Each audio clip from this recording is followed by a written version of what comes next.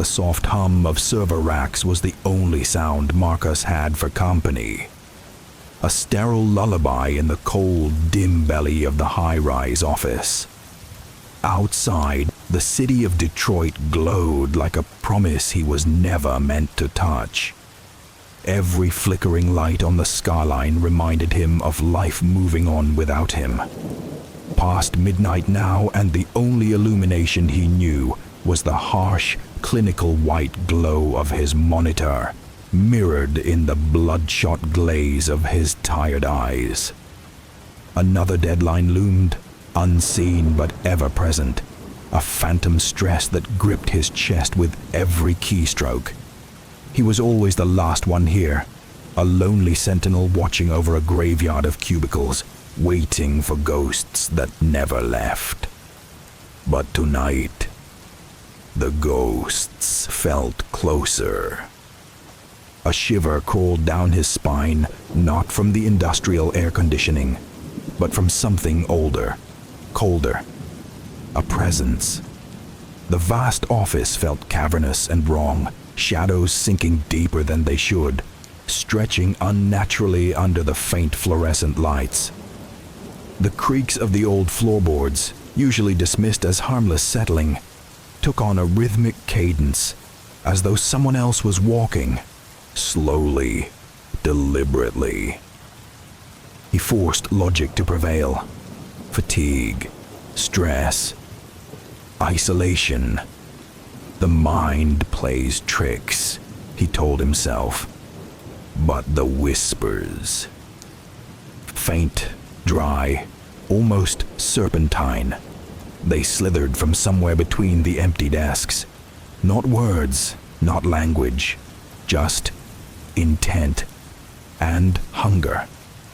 He stood, stretching his sore back, and drifted toward the panoramic windows that overlooked Detroit's glowing sprawl. For a fleeting second, the city lights offered comfort, something familiar, alive. Then movement. In the glass, a flicker. Not outside, but behind him. Marcus spun. His heart pounded in his throat. Nothing. Just the silent forest of cubicles, each one dim and lifeless.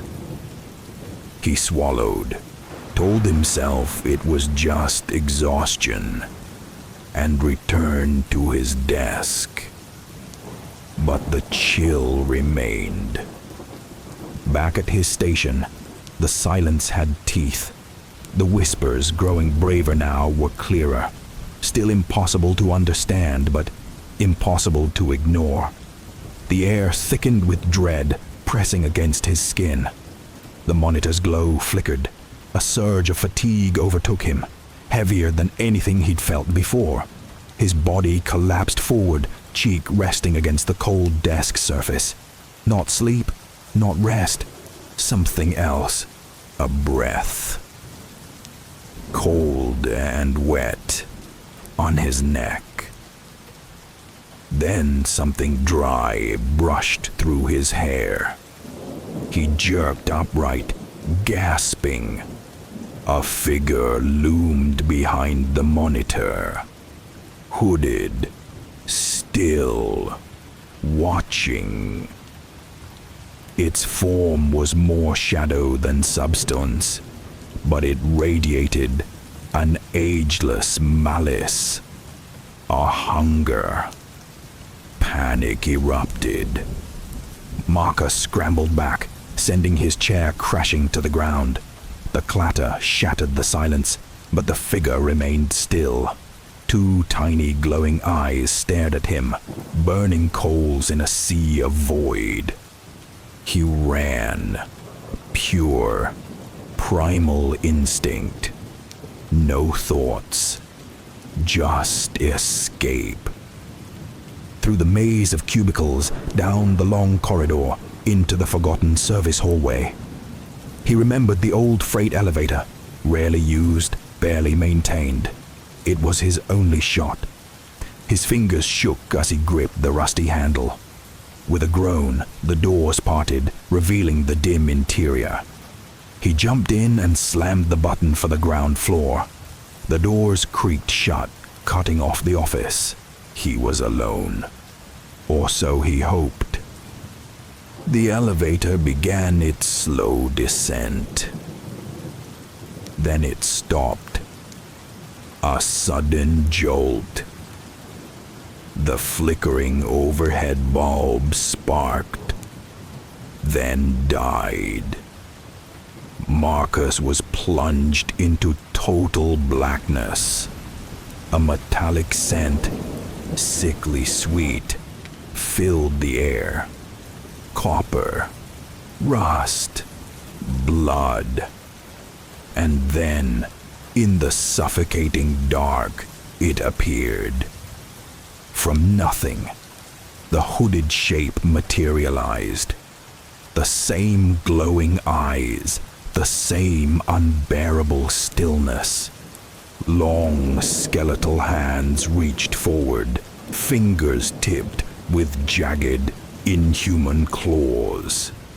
A voice, dry as crumbling leaves, rasped into his mind. You cannot escape. Your fear feeds me. You are mine. Paralyzed, Marcus couldn't scream, couldn't move. The terror pressed down like lead. But amid the horror, a thought emerged. It feeds on fear. What if he didn't feed it? He closed his eyes, not in defeat, but in rebellion. He forced breath into his lungs, steady, slow, deep. And then he focused, not on the darkness, but on the light. His daughter's laughter. His wife's hand, warm and gentle in his. Sunlight on their garden, golden and peaceful.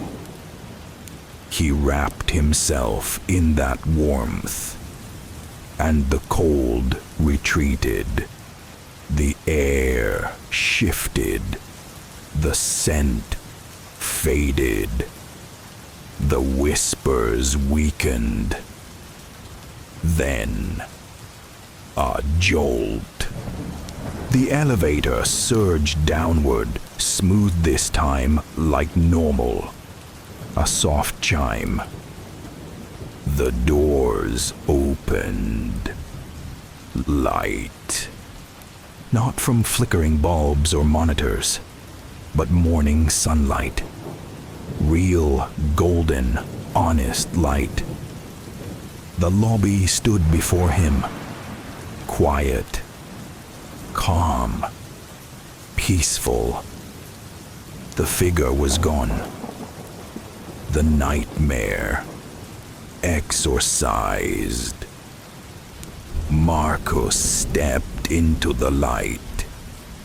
His hands were steady, his breath even. The city stirred around him, just waking up. He looked back only once. The elevator was empty. Just a machine again. He pulled out his phone, typed a resignation email. No more midnight vigils. No more feeding the shadows. He would choose life, joy, family.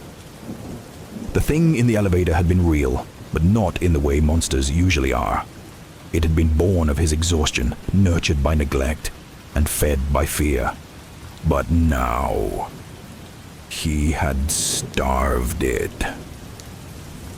And as he walked into the morning sun, a peace deeper than any sleep filled him.